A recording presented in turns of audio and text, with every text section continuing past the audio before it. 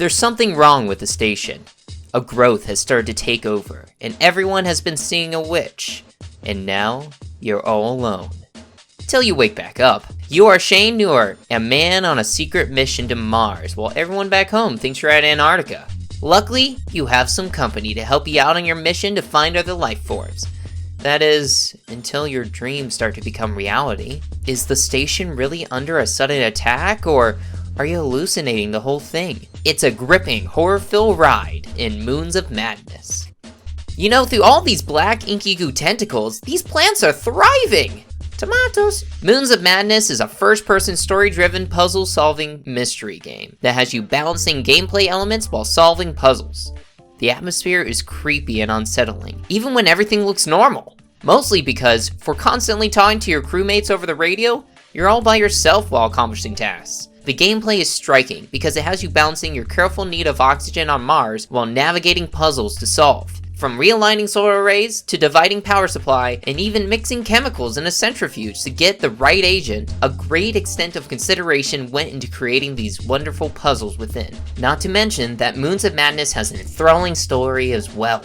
I cannot say much because most of the game's enjoyment is the story. However, if you love to indulge in sci-fi, Lovecraftian horror, the Moons of Madness has some special thrills for you. Don't use permanent marker on dry erase board?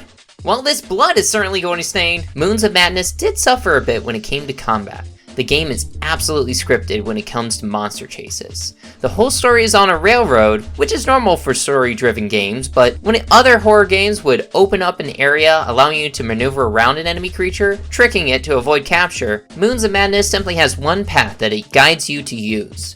The game does shake it up a bit towards the end, but it was easy to notice the clear path that you are supposed to take through the game.